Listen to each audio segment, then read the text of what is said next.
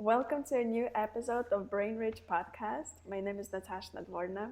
I would like to welcome our special guest, the founder of Brain Connex Therapy, Cara Rice. Cara has 19 years of experience as an occupational therapist and 12 years of experience as a mom of a child with special needs. Bachelor's degree in kinesiology, a master's degree in occupational therapy, and Melino Method certified practitioner. Cara's mission is to teach families how they can help their children at home by tapping into root cause treatments such as primitive reflex integration and the brain hemispheric balance.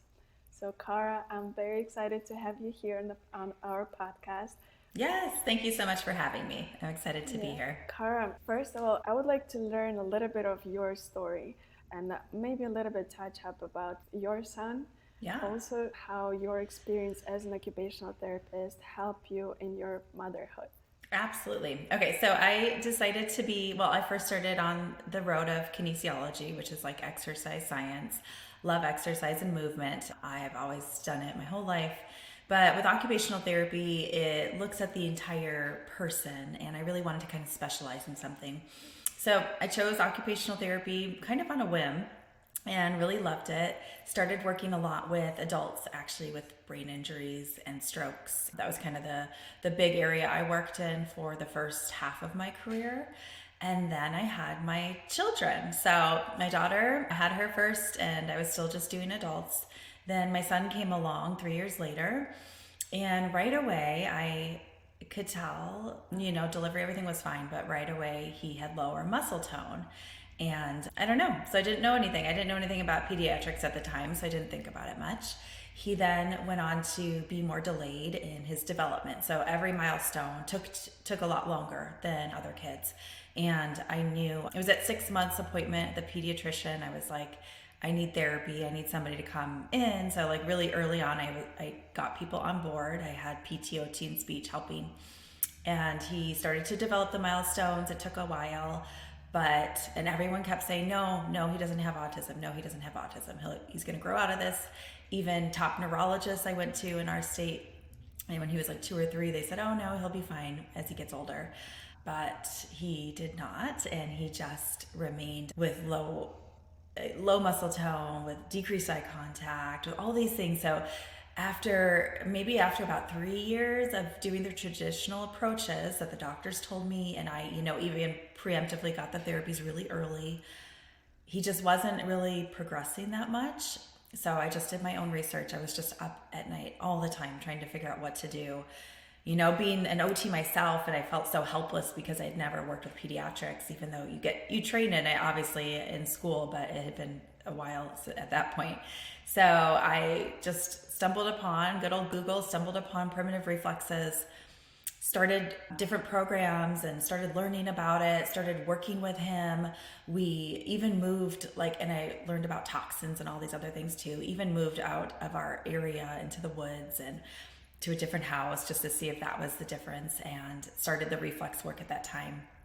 And just started seeing changes faster and faster. Like his development went from so slow to just quicker and quicker. So this is like a 6-year-old that still couldn't point and look at anything. Wasn't able to even watch an entire TV show because he had such delayed attention. Like we would go in the Target and he wouldn't even know what the toys were. Like he didn't even care.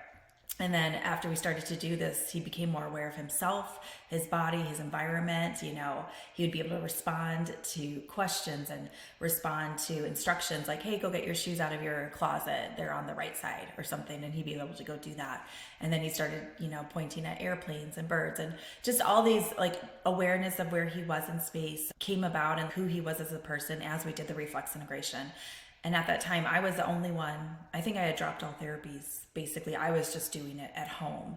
And we were living in a small town. And I knew if I, like a therapist, had no clue about this, there's a million other parents that don't know either. And so that's when I started creating my online program to help parents, educate them, because I thought, well, number one, they needed to do it at home because reflex work requires repetition. So you need to do it at home. So I just wanted to educate parents as much as possible. That's kind of the short story. Yeah, no, but it's an amazing story. And I wonder if you haven't had your occupational therapy background, would you notice those difference early on? Would you start the therapy or kind of like, Yeah. ringing the bells with the pediatricians, like, hey, I need to do something? Because motherly instinct, I think, before a Yeah. pediatrician can tell you something, you would know. Right. And he wouldn't have even suggested therapy. I was the one that was like, I want therapy, give me the scripts for it. I found that interesting. Even though he knew he was delayed, he didn't say that. But the funny thing about, I don't know if I would have known, because right before I gave birth to my son, I was teaching occupational therapy assistants. That was what I was doing at the time. And one of our very last lessons was on muscle tone. And I had this video of a floppy baby. It's like a little infant. This doctor's showing a baby. They lay him in your hand, and the baby just draped over. And that's called floppy baby or low muscle tone. Whereas typical infants should immediately like extend away when they're being held up against gravity like that. And so I did that with my son, and I was like, oh my God, this is exactly what I just taught these students. And I don't know if I would have known that if I didn't do that. Wow. It's interesting. So with my kids, I don't really go to pediatrician a lot. It's just usual checkups, but it's usually so quick. If they don't see, I mean, they will always ask you, it's like, any concerns? I'm like, no. I mean, how would I know if this is a concern, right? It was like, to me, my child is eating, sleeping, I mean, playing, behaving. I think it's normal behavior, right? I don't know any difference, so I don't have any concerns, but it could turn out a few years later that, oh, this behavior that my child started to experience 2 years prior or whatever time prior could have been addressed earlier on if I knew I need to keep an eye on this, Right. You're right. They don't check reflexes. I don't remember. They'll check like the knee ones, things like that, but that's not primitive reflexes. Because in the medical field, they do believe, and even still, I think most do believe that primitive reflexes just integrate. So they don't think that they can be retained, even though there's loads of research that shows they are, and that they are affecting, the development of the brain. Yeah, I was so surprised because Igor is my brother, the founder of a company. Yeah. We grew up with the gym, with this equipment in Ukraine. So the idea behind the company that my brother had, it actually happened accidentally. He wanted to give a gift to my daughter, this gym, but he couldn't find similar to the ones that we have in Ukraine, in US. So he did a research, he found a manufacturer, and he started his own company. Wow. Pretty much. Yeah. This is awesome. it's very accidental company, I would say. Yeah. But I only started learning about primitive reflexes by doing research for his company. I'm so shocked that the pediatrics, they never brought this up. Never. Yeah. Wow. Okay, so what are primitive reflexes, and at what age do primitive reflexes disappear or integrate naturally? And when should a parent start considering integrating the reflexes in case if a mother or a father notice some differences in child's behavior? Yeah. So primitive reflexes are automatic movements that happen during infancy, some even in utero, and majority of them are integrated within the first year. Some last all the way to like 2 years, and they all like integrate at different time periods, some 4 months, 6 months. Like what they do is these automatic movements occur in an arc. So sensory input comes into the body, the brain processes it, and then a motor response happens. So for example, rooting reflex is one where the baby is feeding. So the baby's cheek gets touched by the mom's breast, which is tactile input. The baby's head will turn and their mouth will open to feed. So that's the motor response to it. This happens over and over and over and over again during infancy. Same with other reflexes like the Moro reflex, a lot of people talk about. That one can be stimulated by a loud sound, like a clap in the background or a car or something, where the baby then all of a sudden goes, and starts to cry. Or it can be a wet diaper, so tactile, or it can be vestibular, some head movement. So each reflex has different sensory stimulation that initiates it, and then a specific motor response happens. So this happens over and over during the infancy period, and this is for survival. This helps develop our lower level area of our brain, which is our survival brain, which is similar to what animals have, like a deer. So this is why when we see kids with retained reflexes, they're still living a little bit in a survival brain, which makes them feel fight or flight when there's specific sensory inputs that they hear or see or touch or feel. We can get into that later. So then as these reflexes develop, they help us go through different functional stages. So they help us to learn to roll over, to begin to sit up, to crawl, to walk. And eventually they develop or integrate into our system. And then we have postural reflexes that stay forever. So things like our head righting reflex, when we lean to one side, our head will go the other side. Hands supporting, where or a parachute, sometimes it's called either one, where if you fall, your hands will reach out and stop you from hitting your head. That will stay with you forever. That's just a reflex that will happen. So they help develop to these higher level postural reflexes that let us become upright and bipedal. And when we start to walk and move, that's when we develop a higher level cognitive areas of our brain that are needed for speech and attention and behavior and emotional regulation, and then like learning, like math and reading and all that stuff too.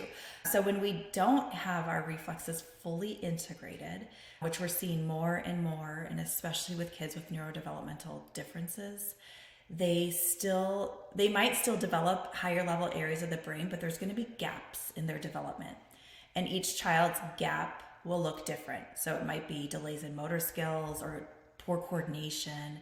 It might be challenges with learning or reading.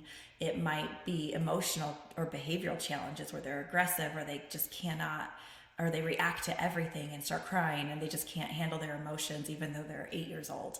So it manifests and looks different in each child, even though the root cause of that underdeveloped brain begins with the primitive reflex. And is there something that one reflex can integrate kind of on its own, and some of the reflexes are still retained, right?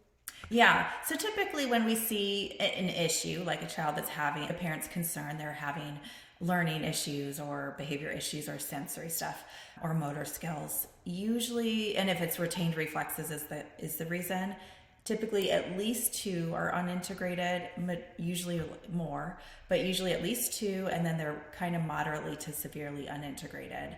If a child, like you and I, might have a little bit of a reflex, still a primitive reflex, but we're still functioning fine. But if it's only 1, it's no big deal, or if it's very mild, it usually isn't a major issue.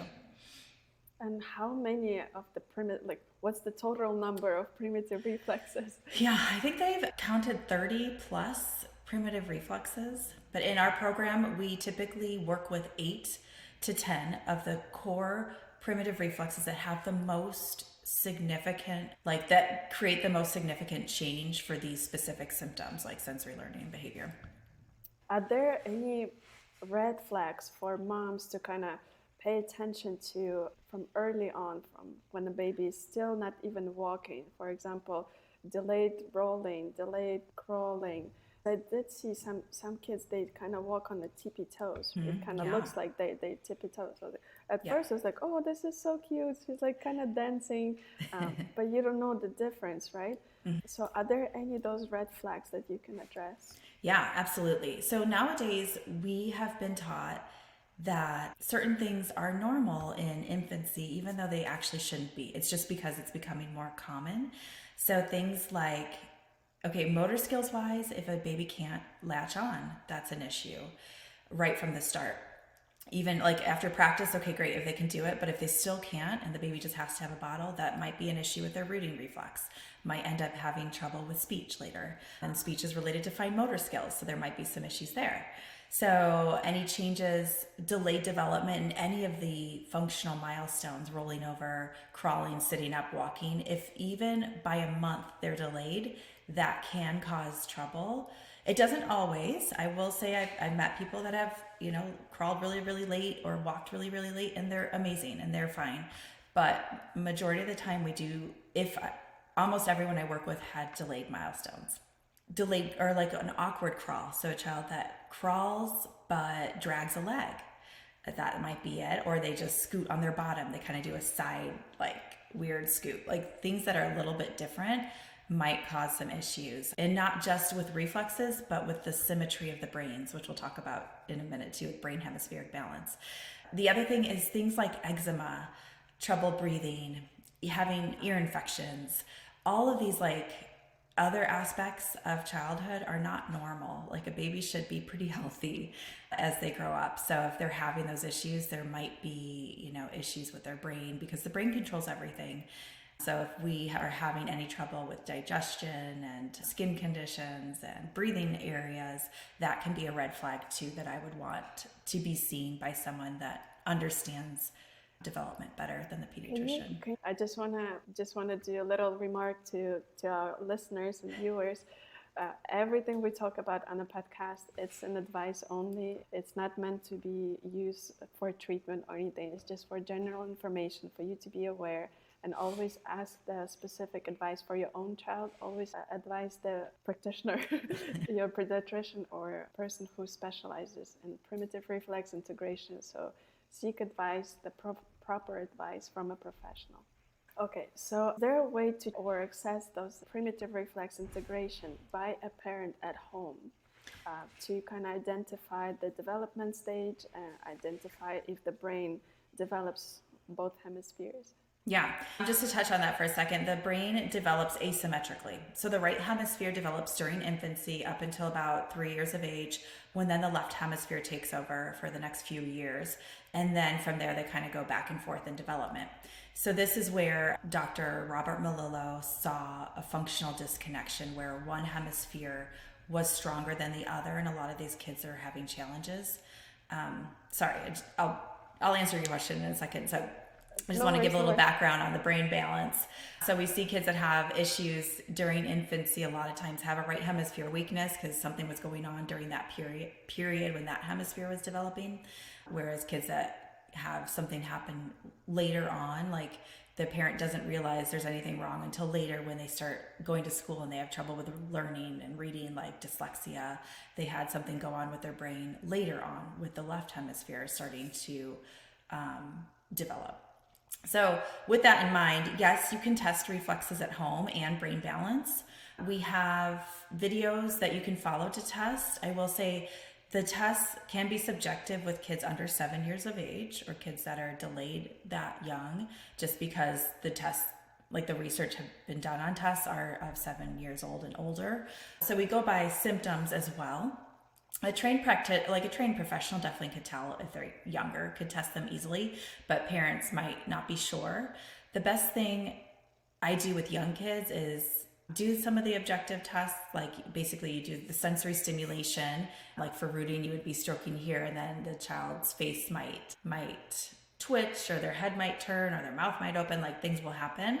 And we score these reflexes on the severity. So either like on a scale of 0 to 4, like how severe it is.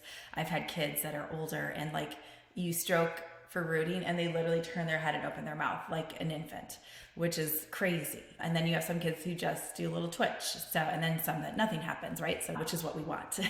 So we use the test, we use some checklists of the symptoms that are typically related to each reflex so that we can get a better idea. And then the best part about primitive reflex integration is even if you're wrong and you are doing the exercises for a reflex that's already integrated, it doesn't hurt your child because the exercises are like yoga postures. They're nothing crazy and they don't do any damage if it's already integrated. It's not like a pill you take and that could hurt your body. It's right. Still movement. No side effects. It's a movement integration, so it only benefits to that. Yeah, absolutely. Awesome. And you kind of touched a little bit on Melillo method. Yeah, Melillo method. So I would like to learn a bit more. What is this method about? What makes it so different? And how long it's been around? And why did you like it? Absolutely. Dr. Melillo is the doctor who helped create Brain Balance Achievement Centers, which are centers you might have heard of if you have a kid with ADHD or dyslexia.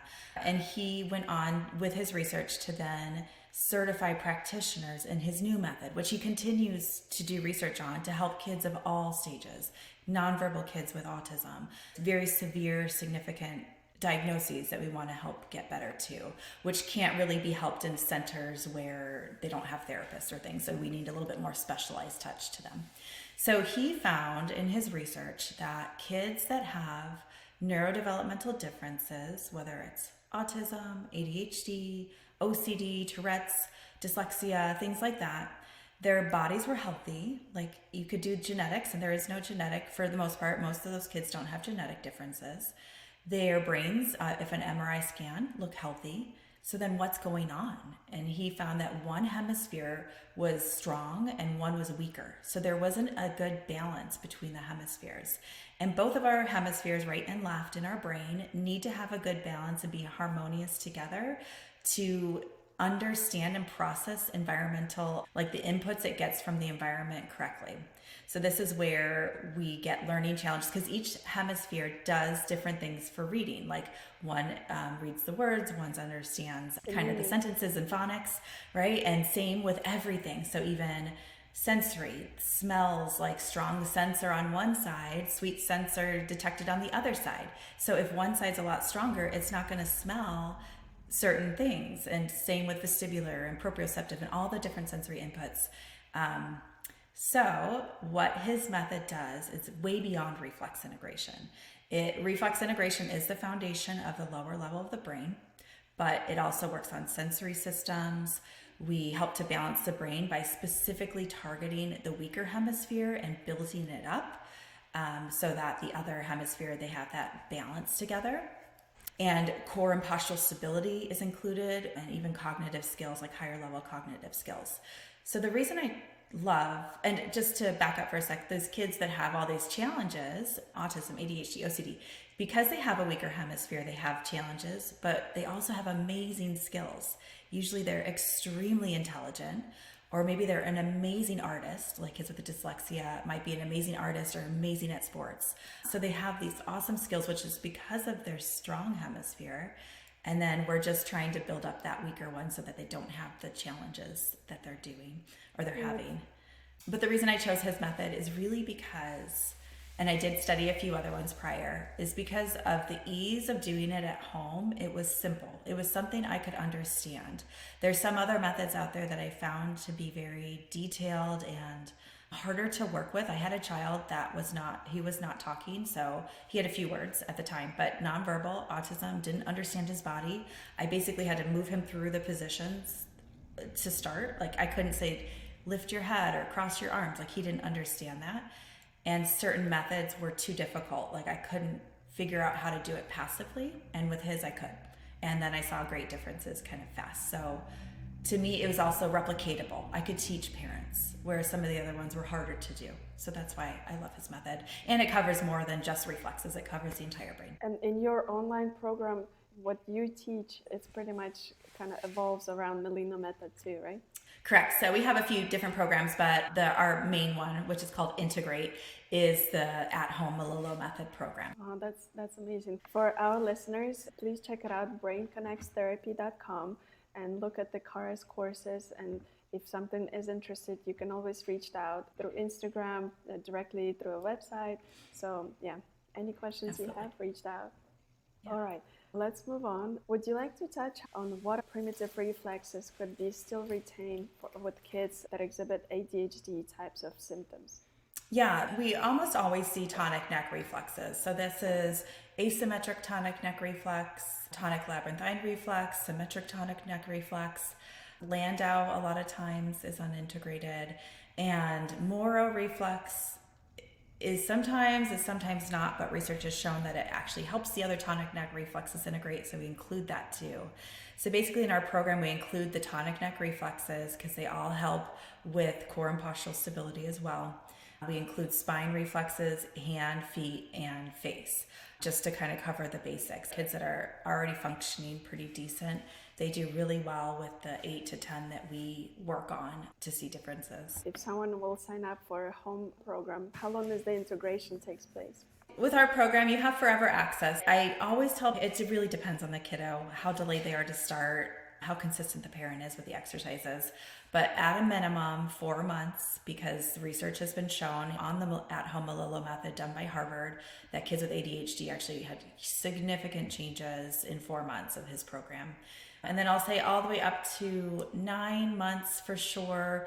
There's been research on typical kids at school where they did reflex work every day, so 5 days a week with these kids for a 9-month period. And these were pretty typical kids, but they showed improvements in all area of reading, learning, math, all that stuff. So that was 9 months. And then, so 4 to 9 months is my general answer. And then for kids with nonverbal autism, maybe a little bit more significant delays. Maybe they've, like my son was delayed at 6 years old, still wasn't doing something he should have been doing at a year. So that's a pretty big delay.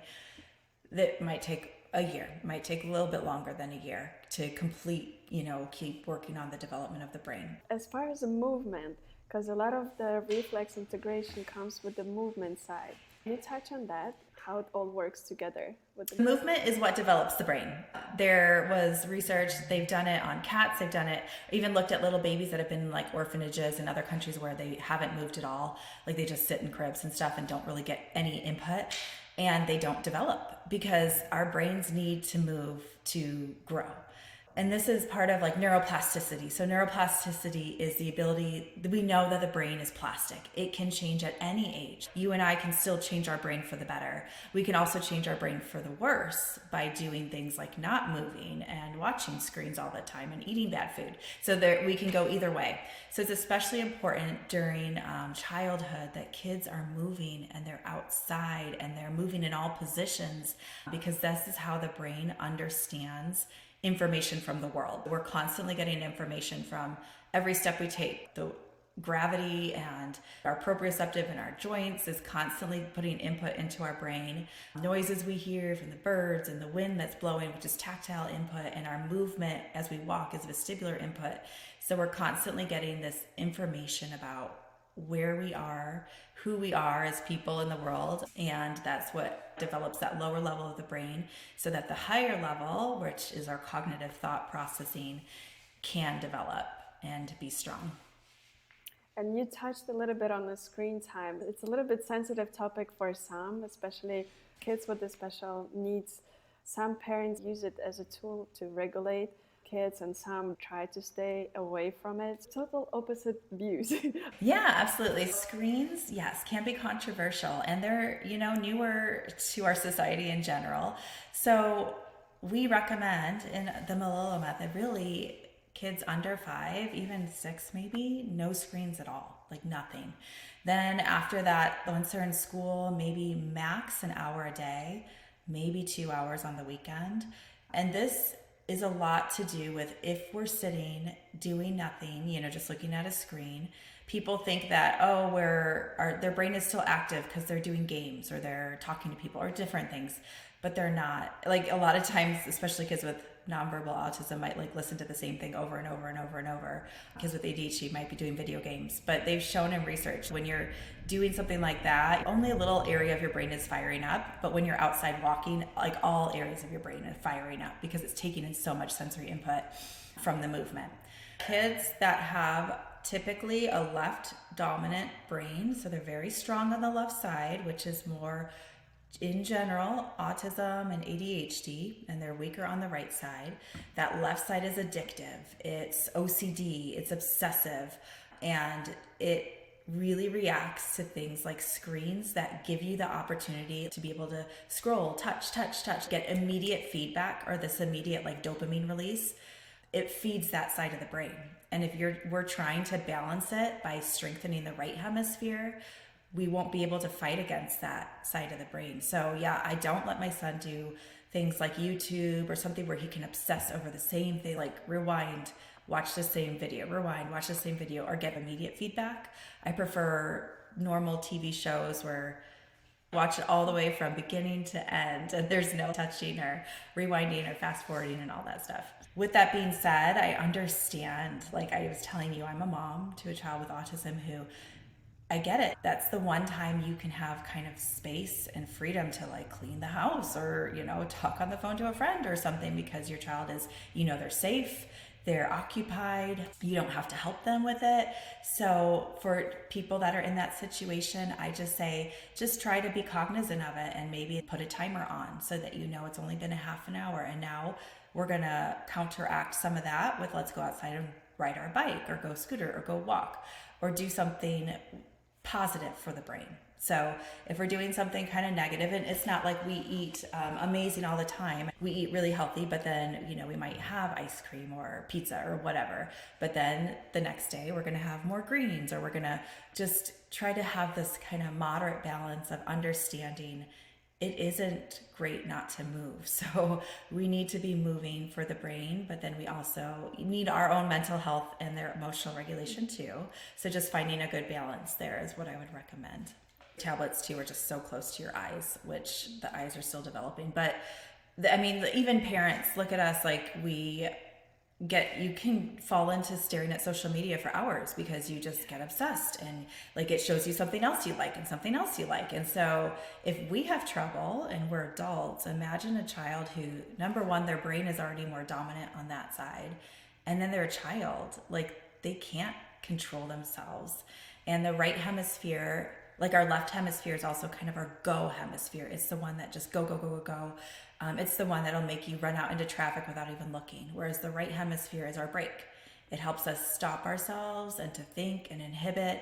It helps with emotional regulation. So if that side is weaker and you're a child, you don't have that ability to go, I've watched this enough, I'm going to go out and play.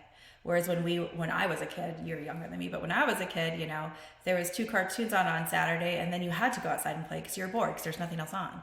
Whereas now you just have an endless stream of nonstop input.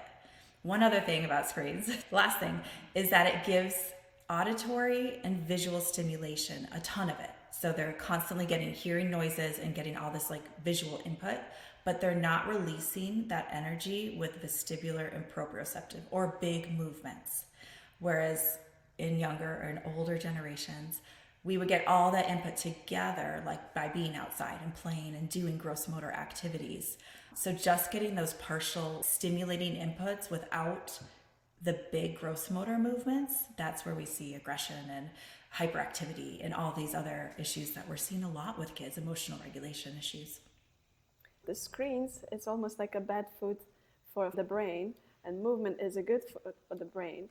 Yeah. Same idea with the nutrition. If you would only feed sweets to your child, of course he's not going to want to eat a broccoli or a cucumber or tomato, right? So same idea, the more screen time you allow, it almost like feeding those sweets, feeding candy to the brain all the time. Yeah. So of course, if you ask him, go outside, go play, of course the brain is like, I want my sweet. Yeah. That's why I'm going to throw a tantrum. I'm going to demand this sweet. Exactly. That's why it's boring outside. Like there's nothing, like things flying in front of my face, like visually outside. It's boring. As an adult, you do have to, I understand, I'm a mom too. I understand the time that this is your only choice because you're so backed up on the home chores. Mm-hmm. So I do understand, but at the same time, adults, we have a stronger brain development. So we can understand that, okay, this is a time to stop and we need to switch the activity. Yeah, the chores will always be there, but your child's brain is developing right now, and we need to make sure we're helping them be successful for the future. And we only have them for so long. I have to remind myself this too. It's like after they're out of the house, you can't force them to eat healthy anymore. You can't force them to not watch videos anymore. But when they're in your house, it's your job to do that stuff. That's what we chose as a parent. What is your approach to improve child's brain development? Learning skills, ability to focus, attention, and sensory processing. Yeah, we live in a more sympathetically driven world, which is that fight or flight, constant video games, being busy, running around. Like we live in this kind of tone. Kids are just not as calm. So we calm them with a specific listening program. Then we do the primitive reflex integration, brain hemispheric balance, which also includes some core and postural stability, cross-lateral movements, neural timing. And then we even add on another tool for neural timing if the child is old enough that helps to kind of synchronize their ability to understand their world. And then brain healthy lifestyle tips of moving more and eating better, sleeping better. All these things will help the brain grow. If we are doing all this work for the brain, we want the environment to be a healthy environment so that the brain can flourish there. For a parent who has recently discovered that their child is on autistic spectrum or has any sensory processing or behavioral issues, the difference between what pediatrician may tell you that you need to focus on and you as a parent have so many other options right now with the research proven methods and all the programs that specifically designed to help you process the situation, how to move forward, not to focus on the negative side there, because it's a lot of things that people kind of stressed about having the diagnosis, that when they hear the diagnosis, right? Yeah, you'll be told that that's how they're going to be forever and all this stuff. But with neuroplasticity, as we're saying, anyone's brain can change. They're going to improve and you can decrease their sensory issues. You can improve their emotions. You can get their brain to understand and learn to read and have friends and things like that. So I know, like, when people will say, no, nothing helps and this and that, but the brain is an organ, a living and breathing organ, that when you give it the right inputs, it will benefit and change. It might not make all the neural connections like a typical child would, but it's going to get better. I see a little bit of equipment behind you. It's a Brainrich equipment. It is. Question, how do you use it in your practice?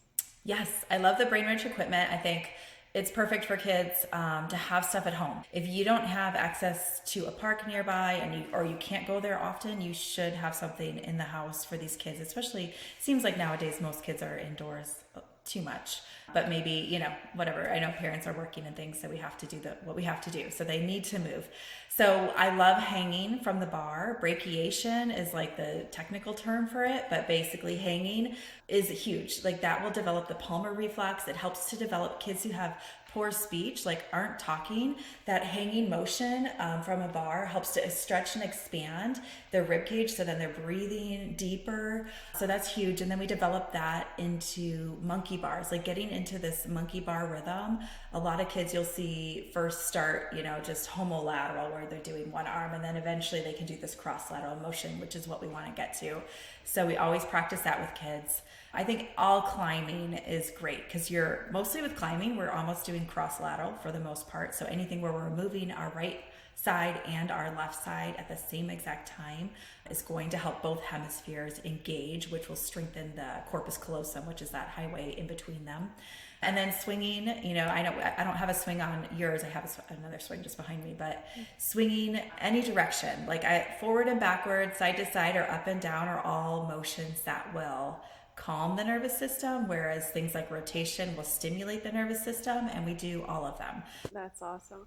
Yeah, when we first started out, we didn't have understanding of how beneficial from the health point of view it could be, the whole equipment. Because for us, we grew up in Ukraine. For us, it was just fun piece to have at home. It was just like fun toys, like you can jump back and like swing back and forth, like climb up.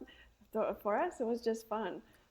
With the experience with the company, what we find out that we do have a lot of people who are specifically buying as a tool for physical development for their kids, and it's really cool to get a feedback. I have really good family. They have a child with the Down syndrome, and Katosha, her name, she sent a video where her son when he was climbing the gym, and it helped him with the upper body strength, right? Because apparently, which I learned through the experience too, kids with the Down syndrome, they do have a lower muscle tone on the upper body. So having the ability to climb and having this piece of equipment at home where they have access pretty much 24/7.